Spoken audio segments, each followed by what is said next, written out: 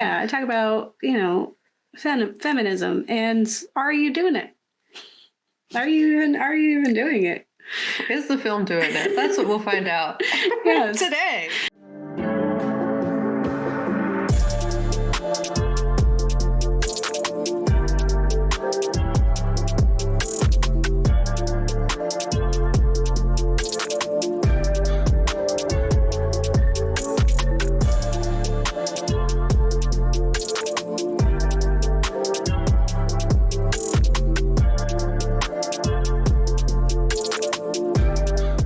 I'm Kat. And I'm Miss Flo. And we're the Ghouls next door. The Ghouls next door. The housewives next door. Yeah, as a good wife, I speak as an octave higher than I would normally. Oh, welcome home, Ghoul Scouts. Yeah. We will greet you. To decrease aggression in my spouse. Yes. And other men in the area. We'll greet you with your favorite drink and do all the things that you like. But actually, this is all for women pleasure. Welcome to the Ghouls Next Door. We are the media literacy show from a horror lens where we talk spooky stuff that influences our cinematic fears. And today we're talking about maybe the patriarchy. Yeah.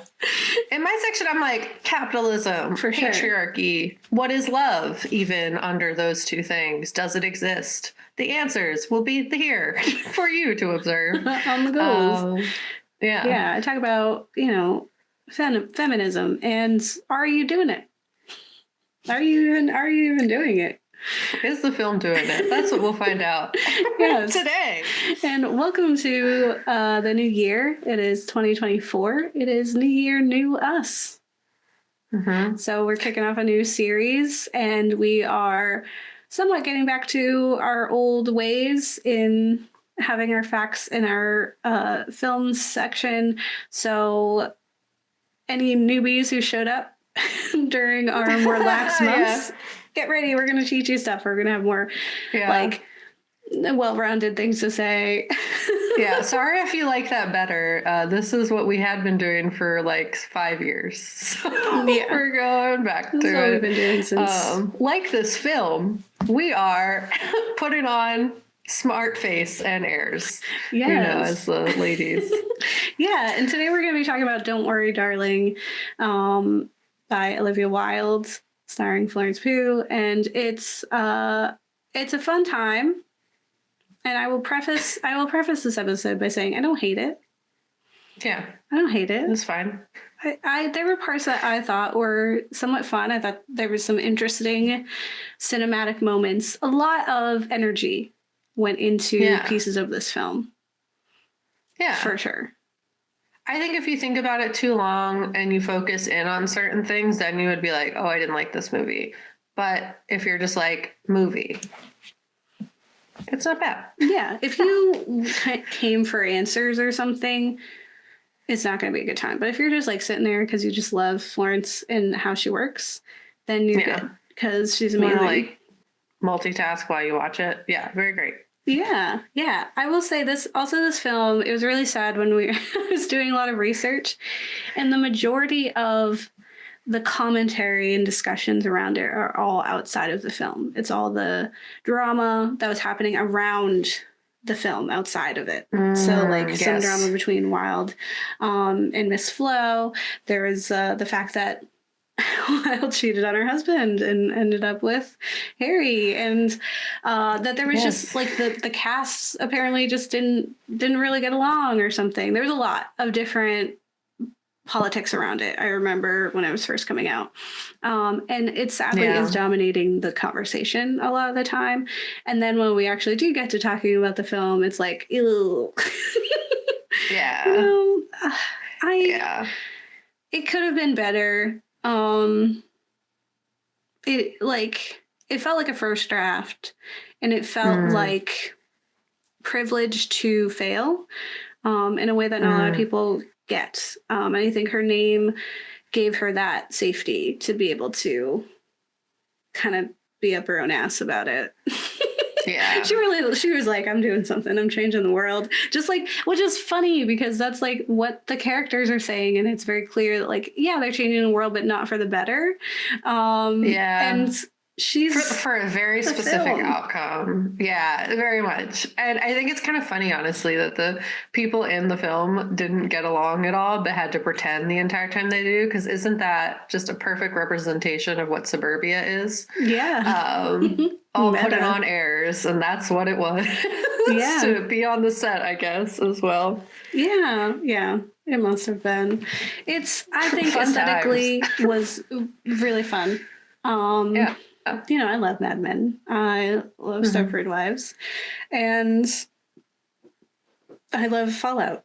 So and it's like the same soundtrack. Any film that plays Oogum Boogum is up there. Yeah. It's up there for listeners. It's one of my favorite songs ever. Yeah. That's a special place in my heart. So for it to have that is great. But why don't we dive in, because we have quite the show for you today. Again, didn't loathe the film. Yeah. Just didn't love it.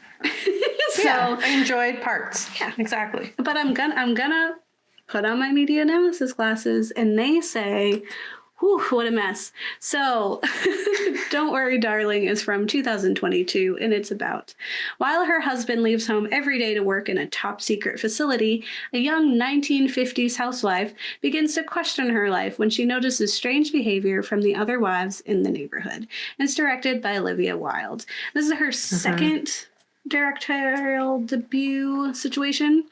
I think that I saw somewhere. Cool. That's great. Love that for her. But let's explore what this film is. I will say that this episode will contain spoilers because I do want to talk about the twist. I think there are things to be said, like, because the twist, it really influences how you feel about the film. Because if you went the majority of the film and you didn't get the twist, you could kind of make up your own ending and maybe it was better. Maybe you can make sense of the world better than what that ending did. But also, I will say, I watched this film twice. So I watched it once on my own because I was like, I want to see what the hubbub's about. And then I watched it for the Ghouls. And watching it the second time, knowing what the twist is, was pretty fun. Because you catch things. So that was really fun. So I recommend that if you can stomach it a second time, maybe watch it with some folks who are all in on the joke maybe. And then it might be a little more fun. You know? Yeah, you can just like pick up on some of the more social cues that are happening subtly in the background. There's a lot of language. It's the up. Dialogue for me. There's a lot of language. There's a lot of word choice. And I was like, oh, okay. I see what you did there. Yeah. Go ahead. Have a Don't Worry, Darling party, like themed party. All right. You did it with Great Gatsby. You did it with any other inappropriate thing like Squid Game. You can do it with Don't Worry, Darling. And what a vibe. Yeah.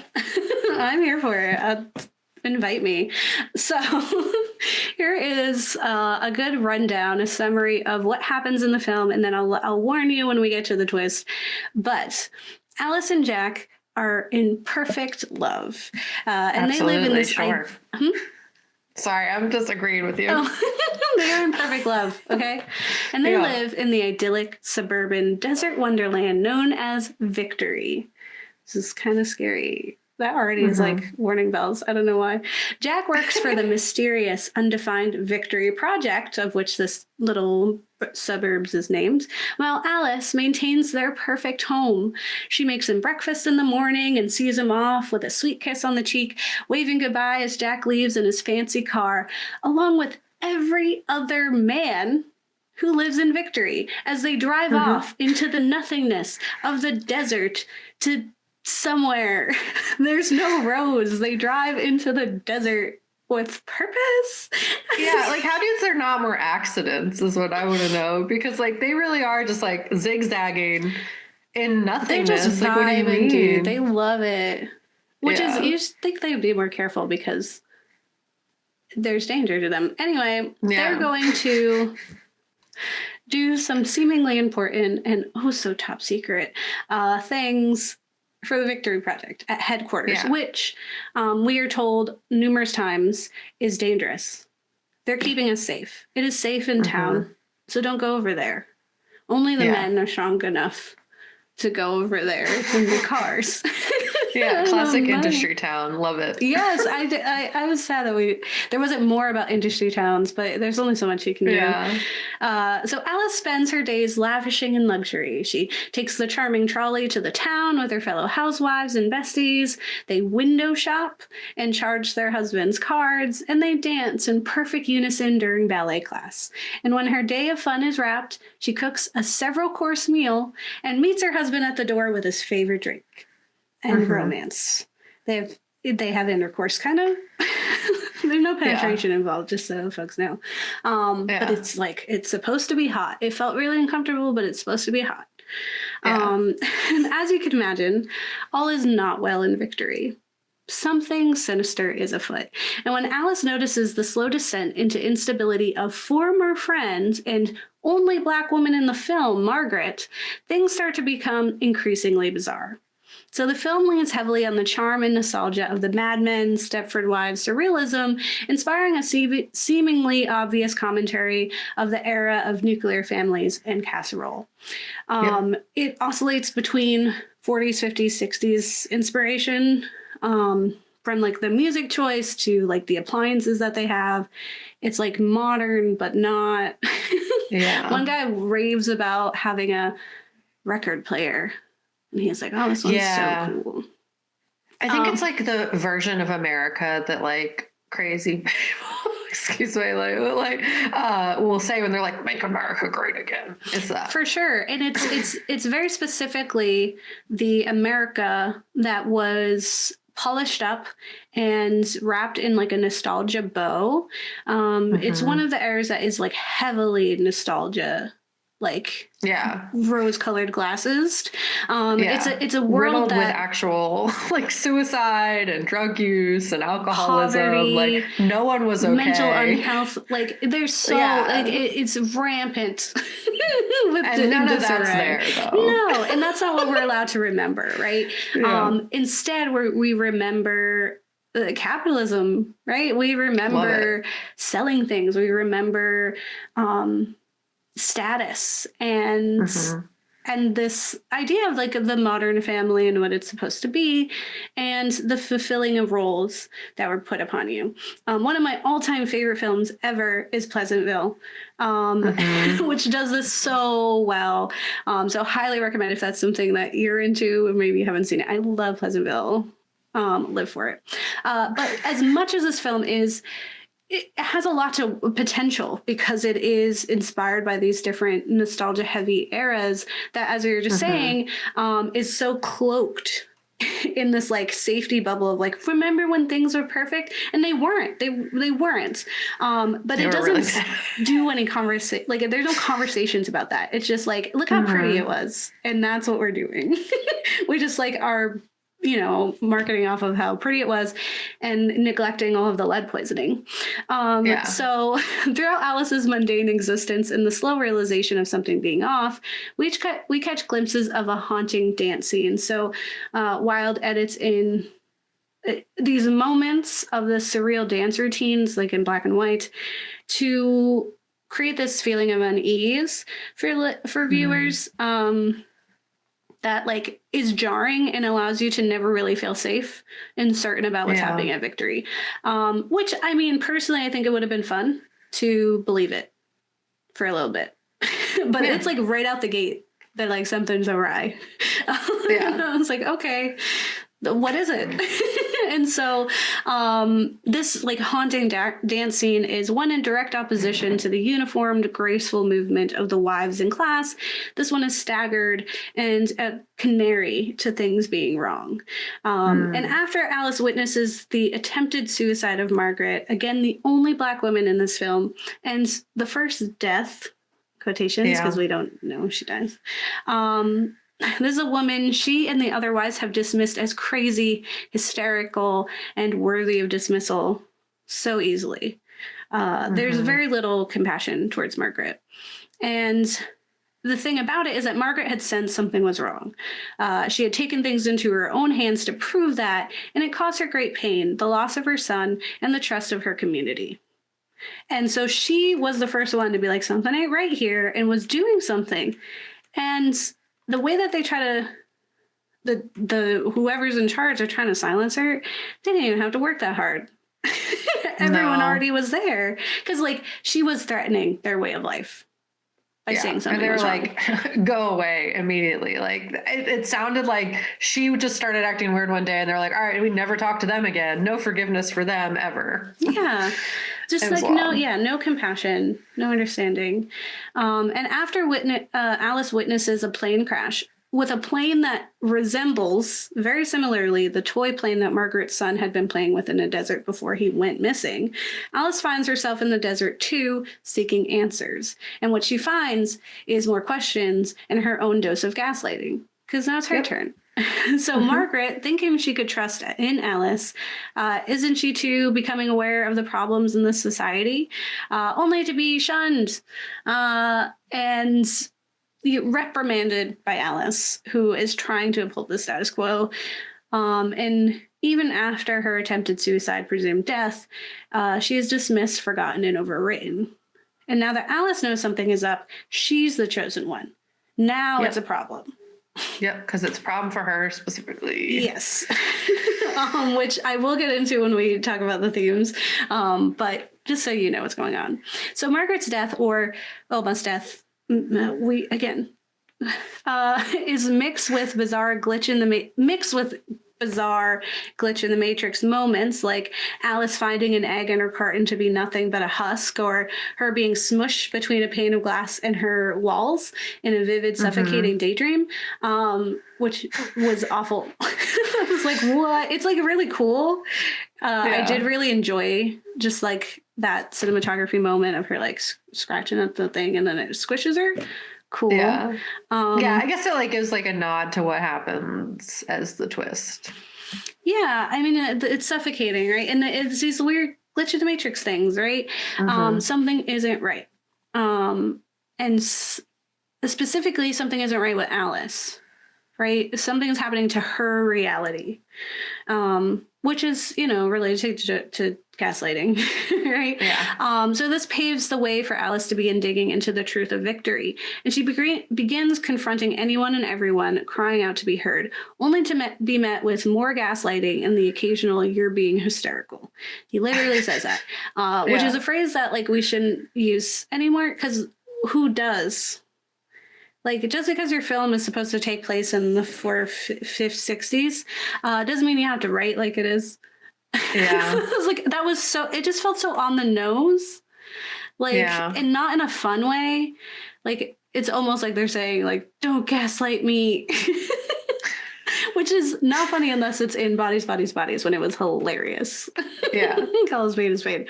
So, what is actually happening at Victory? We're all dying to know. What's the meaning of the plane? Why was her egg empty? Why did the cult-like leader, Frank, who somehow finds time to not only run an important life-changing company and community, but also star in both radio and TV programs all day, get off on watching Alice and her husband have relations in his room?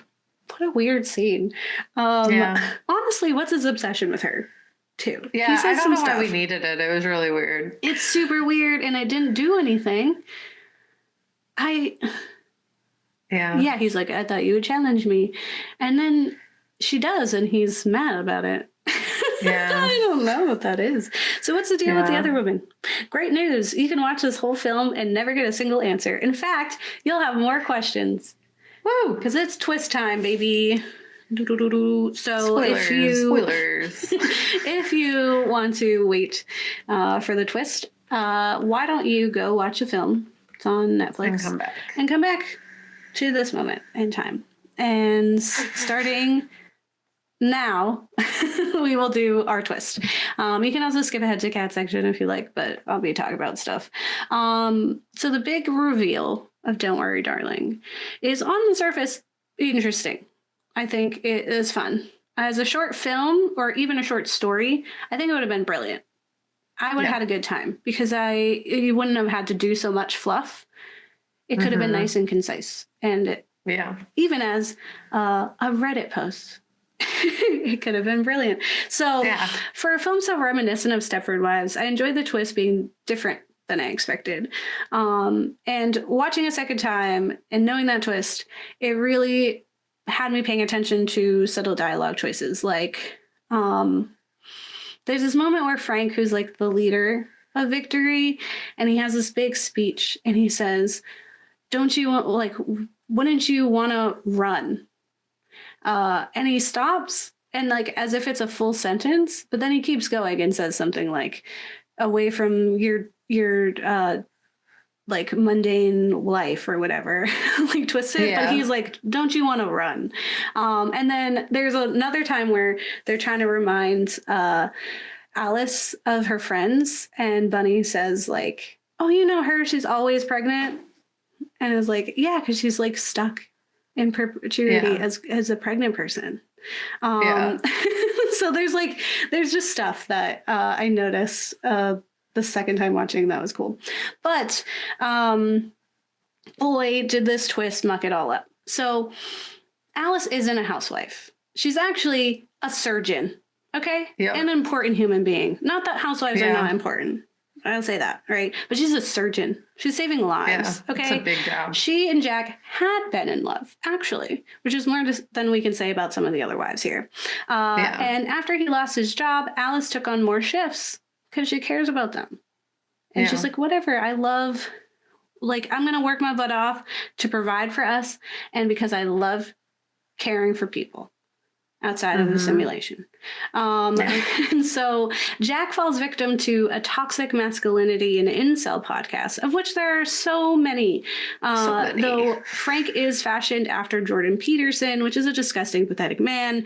And Olivia Wilde said in an interview with Maggie Gyllenhaal, we base that character on this insane man, Jordan Peterson, who's this pseudo-intellectual hero to the incel community.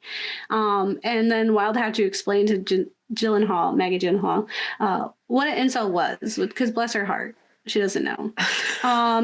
Which means involuntarily celibate, basically disenfranchised, mostly white men who believe they're entitled to sex from women.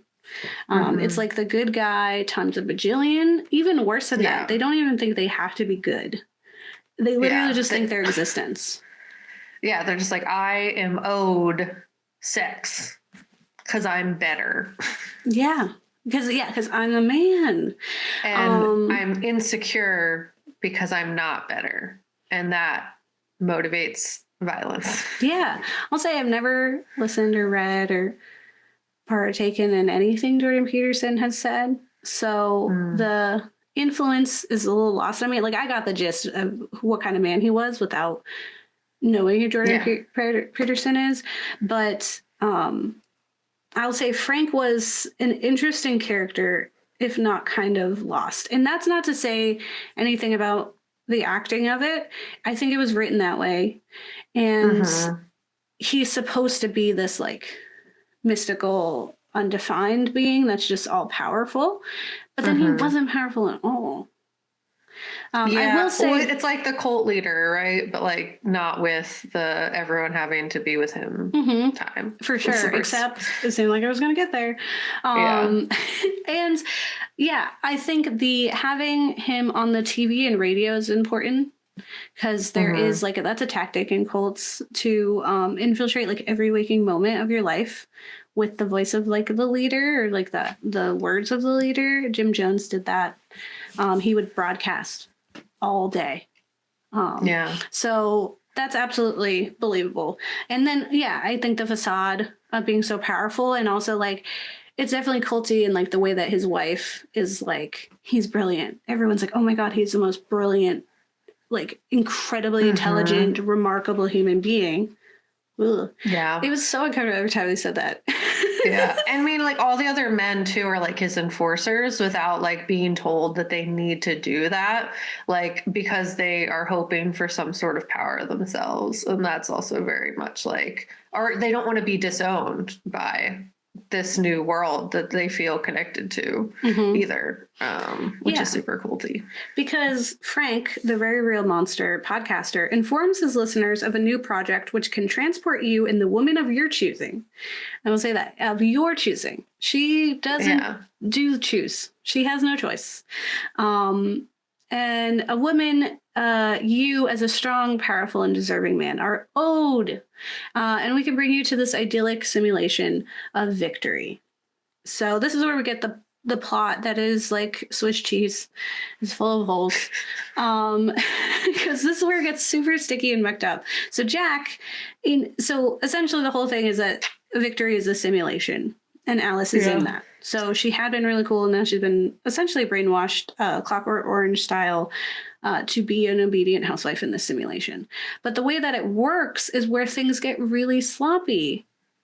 Like it doesn't hold up under a microscope. So Jack, now with a job, like outside of the simulation, he has a job now that he didn't have before, because that was the whole problem. That he couldn't get a job, but now he's got one, and it's enough. It's a job that can afford him access to an advanced technology like this. It has to be a lot, and he's slaving away, right? He also takes full responsibility for Alice's life and care, like well-being, and it is only allowed in the simulation for a certain amount of time, which is why all the men leave in the morning to go to work. That's the time they're allotted. Which, honestly, I think him having to afford her, like, being in there would have been enough explanation for why he leaves. I think it's weird that they're like, you're only allowed in here sometimes. Why? Yeah. I guess it's like, if the job is to like make sure that their body is not atrophying outside of the simulation. But that's not what his job is. He leaves. It's not. He has to go somewhere else. Then that doesn't make sense. Yeah, he's like, I go to work and I hate it. I hate it, and I'm doing that because I want to be with you in here. So so he leaves. That's one of the other big problems, right? Is that he leaves. No one asks about her. She's gone. She just disappears. Where's her family, her friends, her coworkers, right? And if Alice does awaken in the end, because it's kind of like, it's insinuated that she wakes up. We hear an intake of breath, but she could be waking up in the simulation, or she could be waking up outside the simulation. If she does wake up in the real world, her body is definitely atrophied and full of bed sores. So there's no way she'd be able to leave before the victory people come and get to silence her. Yeah. They're on the way. Regardless of Frank, like, Frank isn't the only one who's operating this thing. That's not how technology works. There's a whole team, and there has to be some security behind it. There's just like, and it's not just in the system. You didn't abduct all these people. Well, that's what like the people in the red jackets are, is that like they're backup, I guess. So they have to exist in the real world. I saw them as code. I saw them as not real, because that's fair. They're always where they need to be in a weird different way. That I think the trolley driver was also code, if I'm being honest. That's why he was so much like, I can't go over there. I can't do that. This is like, I'm only allowed to be here. And then like you're within your coding aren't allowed to actually communicate that in a different way. But then you also have to wonder, why did the glitches happen in the first place? Because like, why was the plane the same as Margaret's son? Is Frank just really bad at developing code? Did he make those problems for Alice, like as a toy? And why? And I guess like as a control thing. I don't know. It's very weird. But like, why? Swiss cheese. She was fine. She was. So things are starting to look off before she even did because the whole thing is that when she sees the airplane go down and she goes into the desert, she goes to headquarters, which is where they leave. They touch a thing and they leave the simulation. The husbands do. So she left the simulation, but Jack was there to put her back under. So the problem is she kills Jack in this last bit of time. And in murdering him, that's the panic, is that they're like, no one can put her back in. So if she wakes up, she's going to like, what? What's going to go on? So things are happening that led her to that. Led her to woke up, because I was like, oh, maybe if she woke up one time, or maybe Jack did something outside of the simulation, like him singing the song, it would inspire her to start glitching. But it doesn't make any sense. Like, why is there all these glitches? And all these questions aside, the ending is lackluster and ultimately disappointing. It provides an answer without showing its work, because it showed us all this stuff that didn't matter, right? As viewers, we never feel the relief of understanding, of watching the film play back and knowing now why those things occurred. Right? I think of Saw, like when you have the music playing and then, you know, you have Danny Glover looking back on the history of the film and seeing like, oh, that's who that was. That's what that was. We don't get that moment. We don't have that relief moment of knowing what the F this whole film was. All of those things were red herrings or just inconsequential. That she fell upon, right? The plane isn't answered, the egg isn't answered, the glass isn't answered, the dancing isn't answered. It's so weird. It's just like, flaws in the code, I guess, is what they're trying to write it off as. Or even just like our brain's sensory responses, which wouldn't happen if you're in a simulation.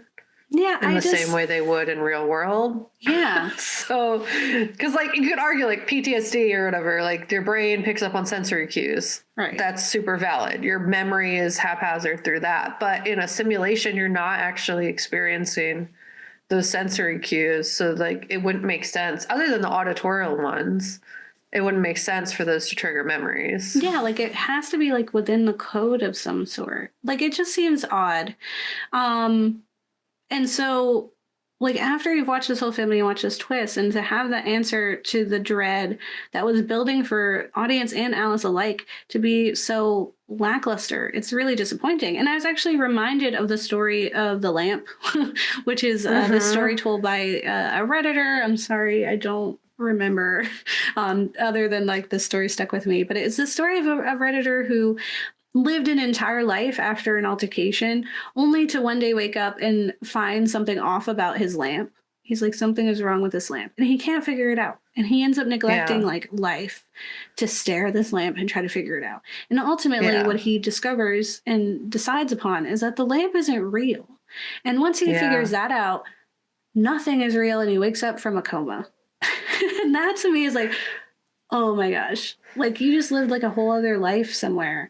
So like, I think that would have been cool if those little things, like the song is a great reveal because she has a song stuck in her head that she sings all the time. And they're like, was that a lullaby? And it's a song that he sang for her and that he would sing outside when he was cleaning her up the times when he was home and not in the simulation. So, like that was cute, but all the other stuff didn't make sense. Like it would have been cool to have those tie-ins to like what's happening outside, and how it's impacting her, or to even know anything about the code. Yeah, super weird. So in fact, like upon sorry, I got so lost in my thing. This twist in a short Reddit thread is far more compelling and emotional than the revealing moment offered by Wilde. It's a sad gotcha moment that leaves us more confused than satisfied, and that is really only the first of many issues that I have with this film. That lackluster part is like, whatever, even if like, like I think genuinely there's some cool aspects to it that I was like, okay. Interesting. And it was an unexpected twist. I didn't see that. And I was like, oh, okay. So it's fine. Right, exactly. So here's where I think the majority of this film suffers from the white feminism, which is like, when I was talking about this with my partner, I was like, you know, there's only so much that we can like hold people accountable for sometimes. Because like, this is her life, right? This is like her lens that she sees the world, and she has no business telling somebody else's story. But again, that kind of just kind of tattles on her in that like, this is how she sees the world. This is her lens. Like she really thought she was saying something and doing soming. Right. Yeah. So it was so had never powerful. Been done before. That's like the biggest thing. And it's such a letdown because you're really you're falling victim to the same issues that we have fallen victim to as a society for generations, for all the waves of feminism that we've had. And so like, as much as Wilde was trying to say something with this film, her head absolutely in the right place. see where she was coming from. I think she completely missed the mark. In all the ways she attempted to make this a feminist piece, what she did create was a white feminist place, which is historically harmful to the movement as a whole. Because if we're not trying to liberate all of us, then we liberate none of us. And in that is where like a lot of the core issues are. And so here's why I think this is more white feminism than it is feminism as a whole, because the integral part of white feminism is this understanding of things being wrong because they have now become inconvenient to them, right? We see that with Alice. Before it was fine, it was idyllic, it was wonderful, but now it's a problem because I'm suffering from it. We discussed this at length in our Handmaid's Tale episode, but further, with that limited understanding of injustice, there's concurrently a desire to maintain the status quo just enough to shift the power to them. Because if we dismantle the system completely, then how will they benefit? Right? So we just want to change it enough that we have the power. Wilde, in that same interview with Gyllenhaal, explained about the incels that they believe that society has now robbed them, that the idea of feminism is working against nature and that we must be put back into the correct place, which isn't untrue, but is ignoring the nuance of the specific stand. When I see this theme of men are bad or this anti-feminist patriarchal society, I see one of the barriers of progress in two specific characters. First is Frank's wife, Shelley, and then later is Alice's best friend, played by Wilde herself, Bunny. These two women are the white feminists, which is funny because Shelley isn't.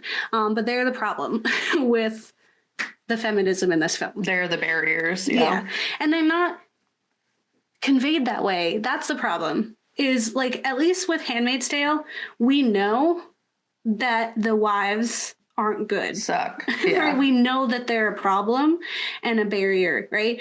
These two women are supposed to, like, they're not great, right? They're arguably like villains in the film, but at the end we're supposed to feel something about them. And that's where I'm like, no. So in the dramatic ending where Alice finds herself fleeing for her life after murdering her husband, when she realized the truth, Frank discusses how to stop her over the phone before Shelley, his wife, murders him. And the murder is super confusing. And completely unfounded. Because with Alice, we saw the evidence in the slow realization. She has been like crying for help this whole film. So Jack's murder felt justified and expected. It was still a weird way that it happened. It's a very intense moment. Again, Florence is amazing. But Shelley's was perplexing. Even more confusing is her whispering to him, now it's my turn. Turn to do what, hun? Like, what do you... Run this simulation, I guess. To run victory. Like, are you real?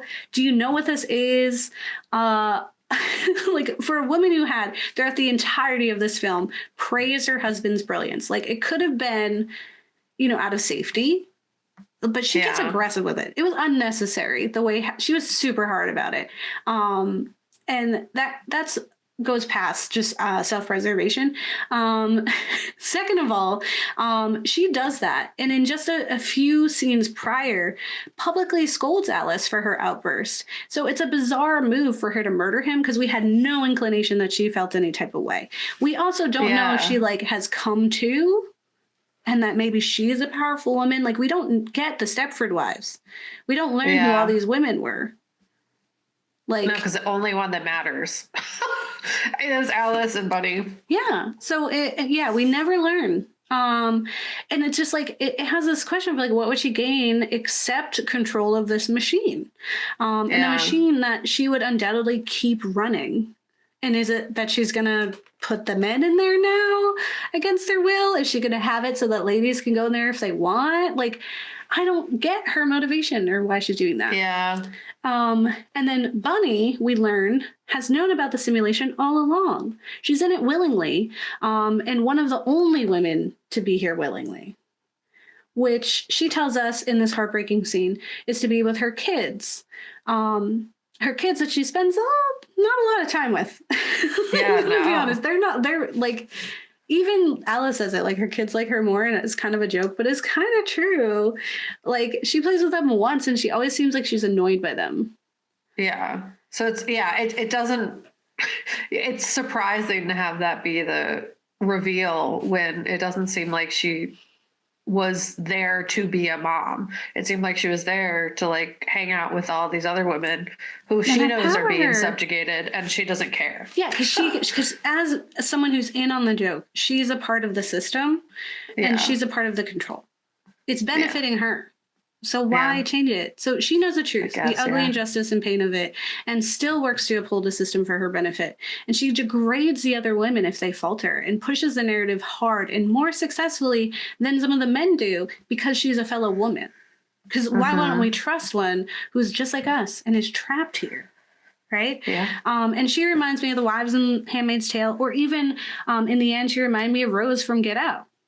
Yeah. I honestly felt like everyone was Rose from Get Out. I was hoping, to be honest, that Jack had a reveal like that. He didn't feel sinister enough. He felt like a dope all the time. And he kind of was. Like he was lost, but it's like, why him? What did the system gain to have? He doesn't have money. He doesn't have intelligence. What did he give to this? How did he get in here? So I was belief, I guess. I don't know. Yeah, it was really weird. Yeah, I was just hoping, because there's not a lot of men. Yeah. I was hoping that he would have a sinister turn. That at the end when she's like confessing and he's like, I loved you, blah, blah, that he would have like had to pull the keys out of the purse moment. Yeah, what an amazing scene. And again, there's so many references and things that are referencing Get Out in this film that doesn't get enough credit. Because everyone, you know, says it's reminiscent of Stepford Wives. For sure, it is. But so is Get Out. Get Out is also reminiscent of Stepford Wives. But there's specific things. So, like, the breathing, there's, like, this breathing motif in times of tension, which is straight out of a Peele, like, cinematography book. And just, like, the way things are framed and shot and revealed. But also I think about the quote from Peele when he mentioned there are no good white people in Get Out. And I think there are no good people in Don't Worry, Darling. So when she revealed her truth, at first I was sad to hear about her children. But then immediately I felt betrayed. Like really betrayed, because the lengths this woman went to, the harm she knows is being done, and still she maintains the status quo for her own benefit. Like she was people are dead because of her. Yeah, people are dead because of her. Literally. She is so horrible to Margaret and shuts them down, and she controls all the women. That's literally what she's. It's not about the kids. It's that she gets to control the women and be at the top. She has to have power, yeah. Ugh. So this is where I come to intersectionality, never heard of her, section of this.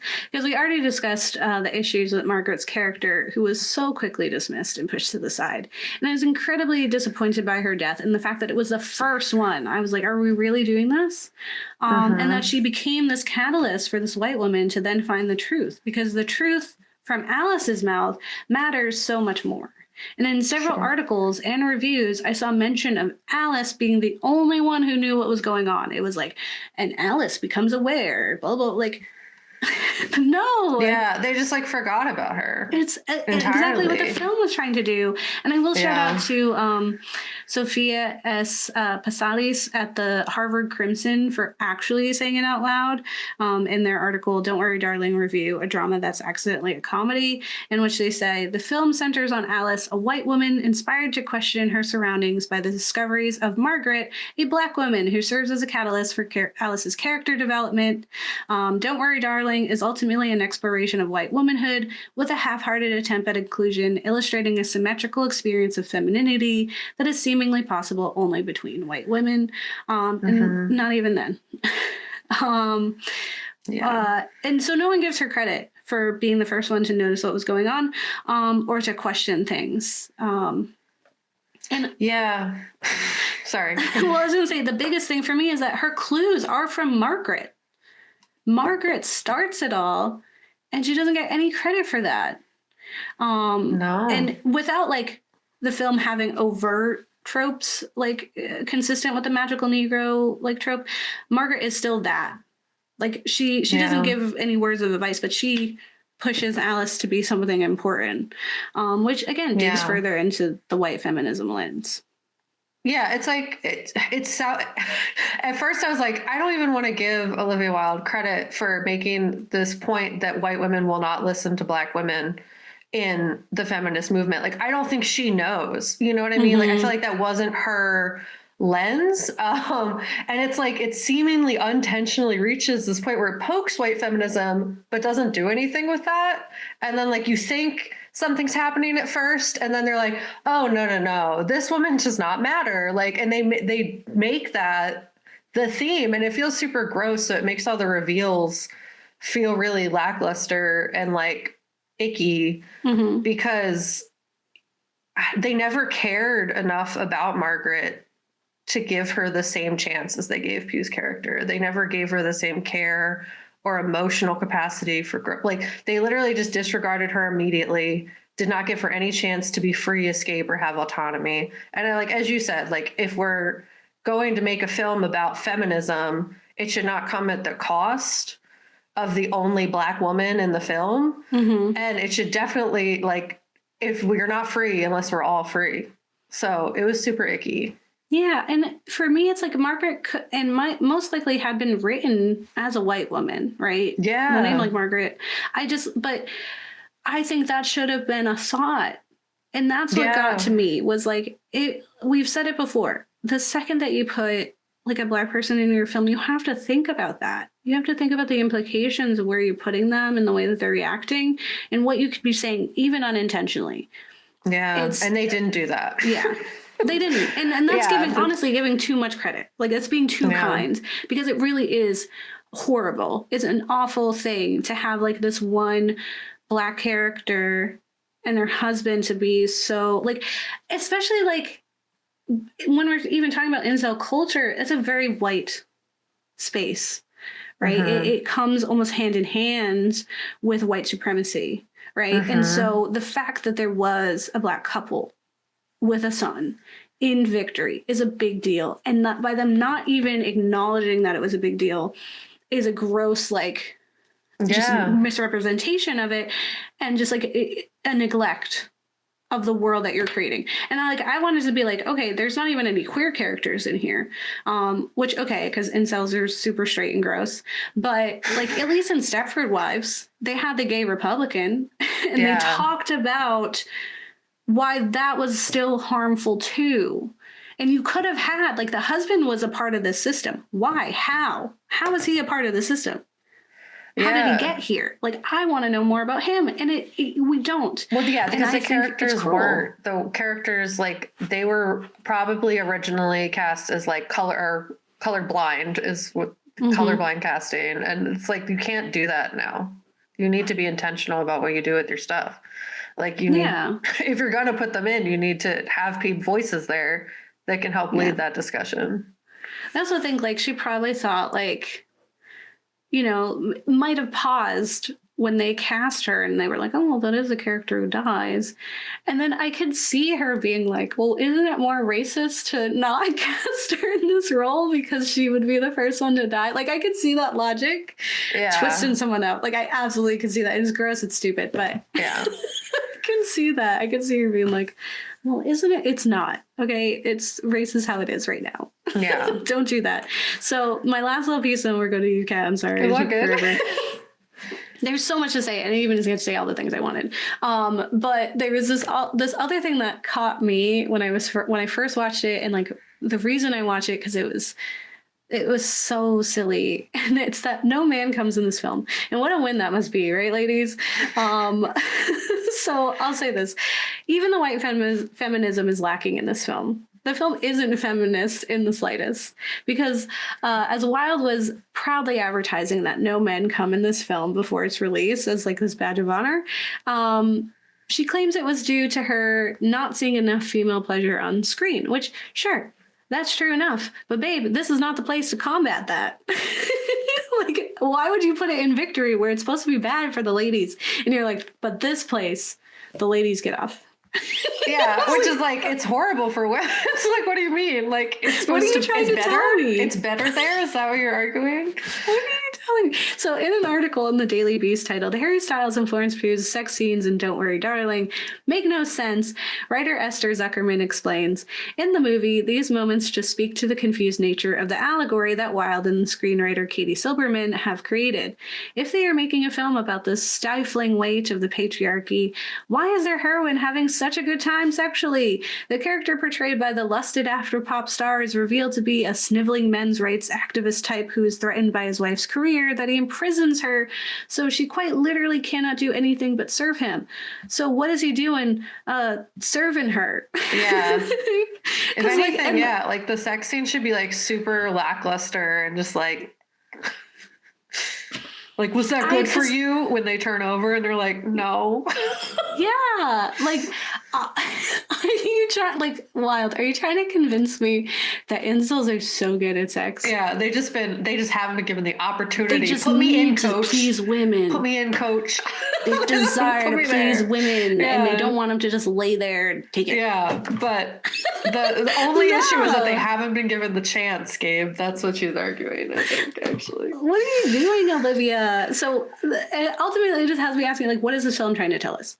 Men are bad and incels are dangerous. For sure. Agreed. Yeah.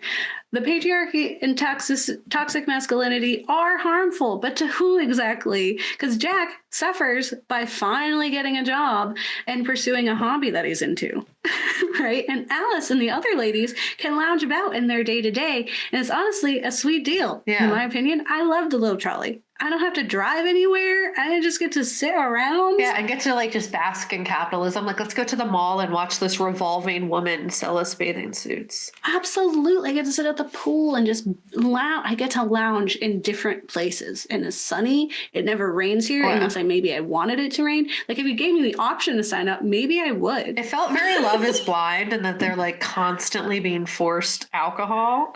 Yes. And like this idea of paradise, but they're like drunk and on drugs the entire time. Always. To cope with this fake reality that's clearly not real, and like they're drowning in it. Yeah. There's also like the Peggy who's always pregnant. I think that's her name. She is always drinking, and like part of it like could be a dig at the fact that it's supposed to be in the 60s. But it's not. It's in modern times. So I think it was more of a joke that she's not actually pregnant. There's no baby in there. She just is whatever that is. Because imagine if Anyway, the problem is we never see any growth or progress from the other characters until the very end when chaos is erupting and so are streetlights.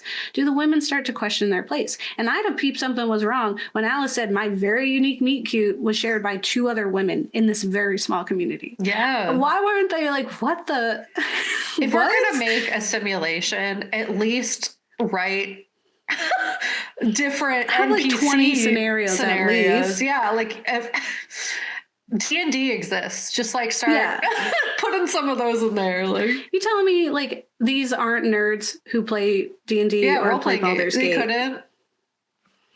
Stupid. I was like, this is lazy. This is so lazy. And that's not a knock against Baldur's Gate. I play Baldur's Gate too. It's a fun game, but you should know creatively that there are more than 3 stories that can exist for your not that many people that you have in this simulation. If you're trying to not get caught, like, you think they're not going to ask each other? It's so sloppy. Yeah. And are they real? Like, who's real? We don't even know. So instead, we get a film ripe with gaslighting, not just from the men, but from the women too. And women who are so intent on maintaining the status quo in a world that, again, seems pretty sweet if you could just sign up for it and give consent, that they'd sacrifice the lives of their friends to maintain it. Yeah, like Second Life is a simulated world in which you can be online and have fun time and not do work. We could do that. I think that's what Meta wants to achieve, is that we have a virtual version of our reality. And if like he made that, there are people who would want to do it, but it's because he's making it like this weird patriarchal, racist, capitalistic-y, like Fallout time without the bombs, taking that all out, that it gets gross. So yeah, there was like a Reddit discussion about like, someone was like, what was the twist? And Don't Worry, Darling. And someone explained it. And then they're like, but the kids are made up. So why couldn't the women also be made up?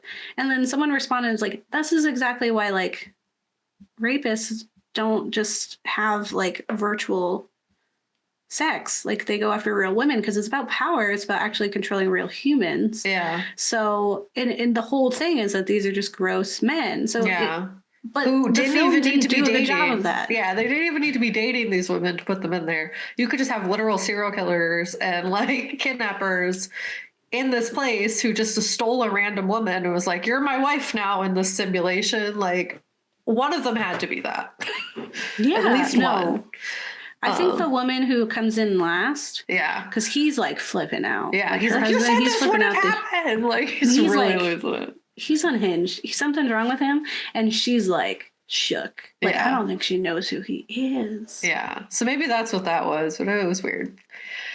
Either way. Yeah, tell me about capitalism and the patriarchy and love. Yeah. In the time of capitalism, patriarchy. So the intersection of capitalism and the patriarchy follow two similar themes, property and dominance. In Don't Worry, Darling, we're presented with a reality in which both are flourishing, but at a cost. The price of economic stability and the illusion of the American dream are paid with the sacrifice of feminine autonomy and masculine emotional autonomy. Both are not allowed in the patriarchal capitalism simulation created by Frank.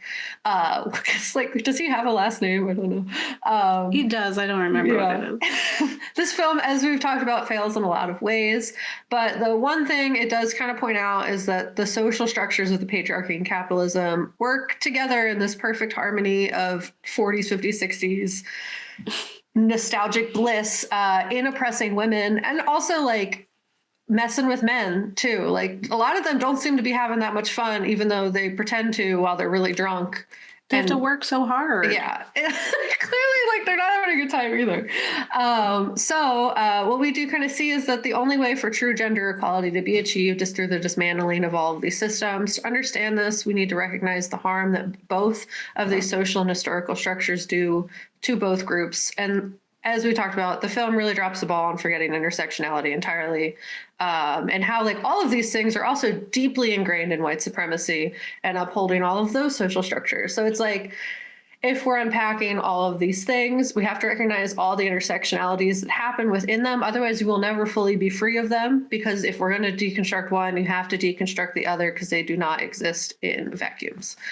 But in an article titled "Capitalism and the Oppression of Women, Marx Revisited" by Martha E. Jimenez, they overview some ways that capitalism and the patriarchy work together to oppress women. Jimenez argues that while Marx didn't focus explicitly on women's oppression, his theories provide a framework to understand how capitalism contributes to gender inequality. In their journal, they discourage oversimplifying the issue by just blaming individual men, emphasizing instead the importance of analyzing historical and economic conditions and shaping social relationships between genders. That in enforcing and uplifting these flawed systems, both groups are harmed, and that these are both systemic issues uplifted and enforced by individuals, not created individually. That's like toxic masculinity hurts all of us. Yeah. It's also like racism isn't like just one person being racist. Like, you cannot, like, everyone's a little, it's a whole system. It's a whole system acting independently of you. And that's why you have to do something about it. So similarly, patriarchy and capitalism act independently of each of us. It's when we uphold it and uplift it and enforce it upon others that it's a problem. So the Marxist feminist thought contends that the intertwined structures of capitalism and patriarchy collaboratively perpetuate the oppression of women within society. Capitalism, driven by profit motives, exploits labor for economic gain, often leading to, for the patriarchal sense, the undervaluation of and marginalization of traditionally feminized work. So anything we see the women doing in this film is deemed traditionally feminized work that they don't want the men doing.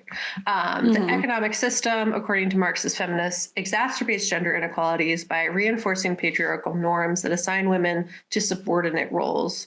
The patriarchy as a social system perpetuates gender-based power imbalances, enabling the exploitation and control of women. And within this framework, women are not only regulated to low-paying jobs, but also subjected to societal expectations that limit their autonomy and perpetuate gender norms.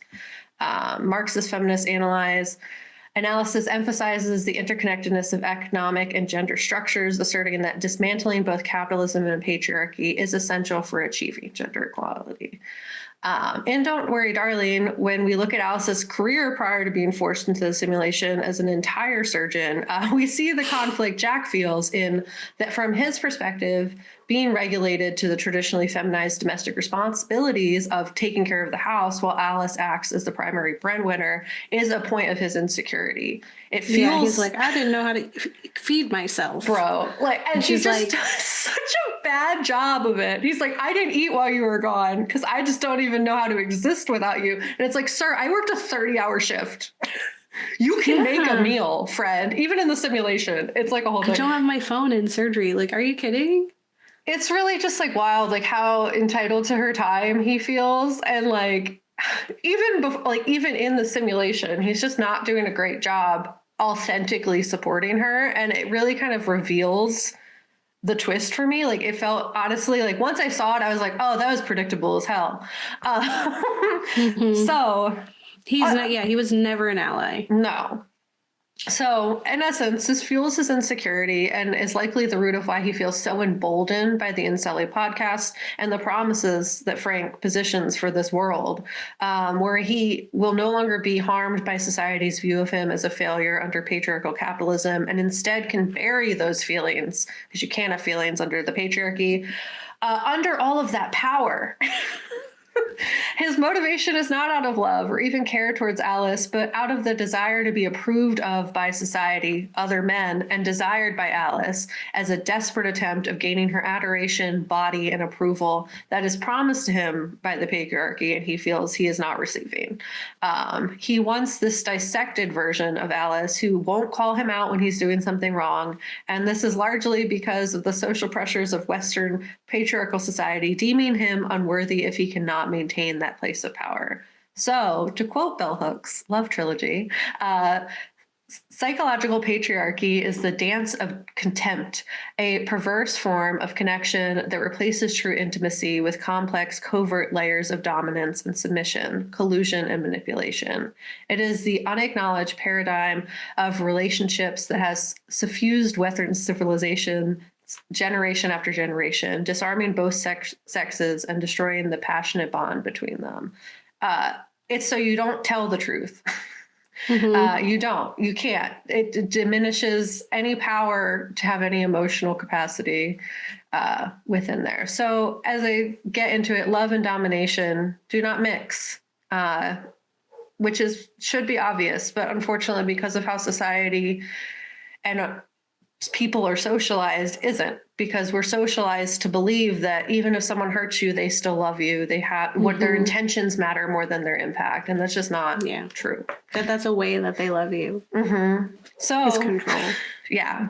So, and Don't Worry, Darling, like the government loves you so much. Look at it take care of you by punching down. Taking all your money. Yep.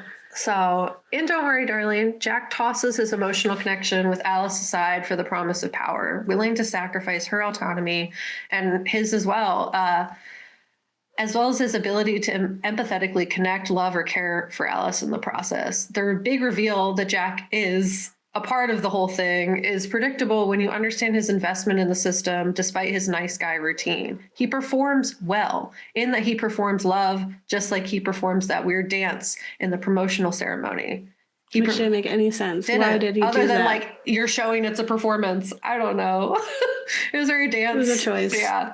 He performs verbal support and care without actually ever delivering upon actions of that. And instead, actually perpetuating harm towards Alice, despite saying how much he loves and cares about her. So his love is as much of a performance in the simulation as the simulation itself, because he does not know how to act genuine in an ingenuine world. To quote Bell Hooks again, when men and women punish each other for truth-telling, we reinforce the notion that lies are better. To be loving, we willingly hear the other's truth. And most important, we affirm and value the truth-telling. Lies may make people feel better, but they do not help us know love. So in this, the lies of everything's great, everything's wonderful, you're happy in this world is more harmful than actually, you're never going to connect meaningfully with someone if you're not being your most authentic self. So the scene that stands out to me is the performance of him cooking dinner, where he just does a horrible job of making a meal, like in the simulation. Like he's trying so hard to just like make her dinner. And as the puppy he is just so desperate for that like bad performance to be enough. He just really wants her approval. And in this article, Psychological Patriarchy and Covert Submission and Don't Worry, Darling, on Flip Screen by Tilly Long, they unpack this nicely, stating, once we kind of see the real Jack, this emasculated, unemployed incel, the real Jack seems to be tucked away in a basement listening to Frank's pseudo-intellectual philosophy of gender based on psychological professor in culture war Jordan Peterson, which Gabe talked about. Meanwhile, Alice is a surgeon, a whole surgeon, working 30 hours a day and consequently dismissing her boyfriend's sexual advances a bit too often for his liking. In this self-imposed Matrix program, Jack can position himself as a provider and breadwinner, addressing a personal crisis of masculinity, perhaps, in order to feel worthy of Alice, whilst degrading himself with the status while degrading her to the status of a sex object and personal maid. This inevitably doesn't serve him, though, as Jack seems almost as helpless as his wife when confessing he hates the control exerted on him by Frank's system. In particular, the day job he works in the real world to pay for the simulation, he doesn't enjoy.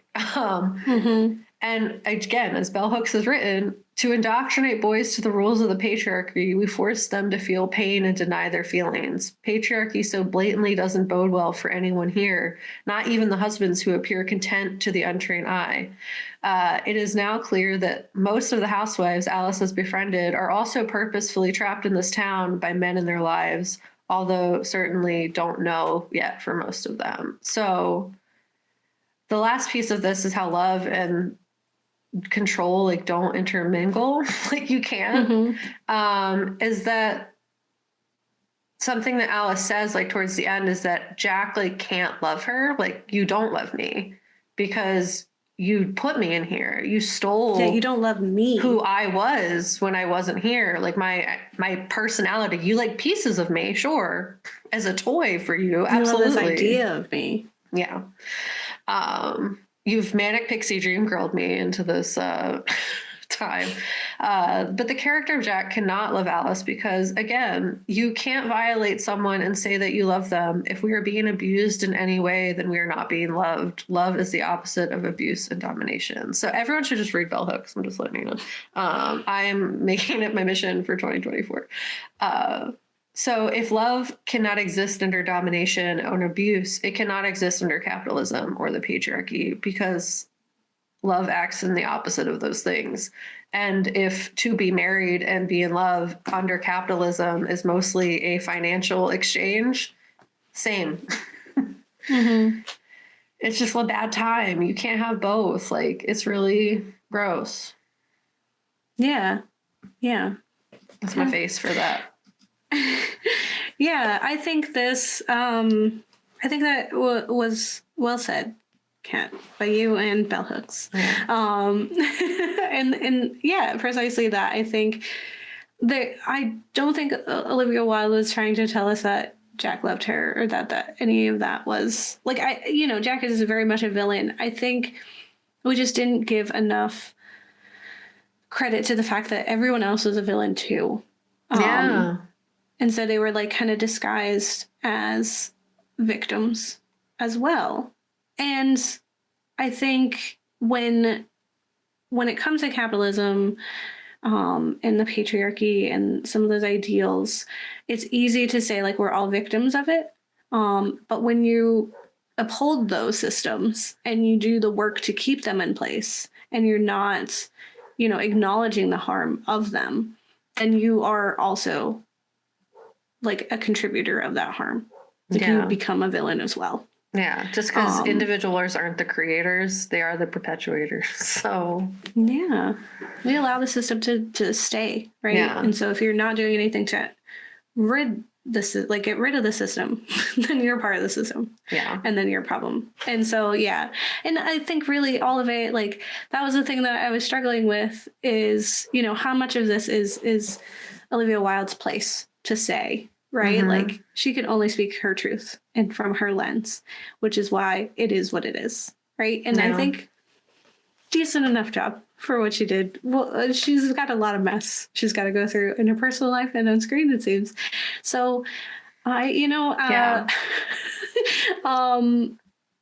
but she was trying to say something. Yeah. And maybe we should let other people say stuff too. That's where I'm at with it as well. We've had this story before. Like, it wasn't saying anything like revolutionary or that new, even though it's positioned as like that being what it was doing. Where we could have had a different movie made by a different person and gotten a totally different lens that I think we both feel is desperately needed, and has been done by some people, but not enough. Because there was that the Independence Day, July 4th, Culture Shock. Remember that? Culture Shock, which was on Hulu as part of one of their like the different. It came out for like the 4th of July or whatever. Yeah. But that was like it was that she was a Mexican woman who was living in a very similar idyllic world. Oh, yeah. I do remember that now that you're talking about it. Yeah. It did something very similar. Yeah, and because the whole thing was, and it's by Gigi Saul Guerrero. I knew it. I've talked to her before. She, like, that was this film. Like, not to spoil this film. It wasn't a great film, I will say that. It was fine. But that was the end of what Culture Shock was, but even worse. Yeah. Because it was, it was done better because it was such direct commentary and it was told in a very unique way. But it was this twist. Yeah.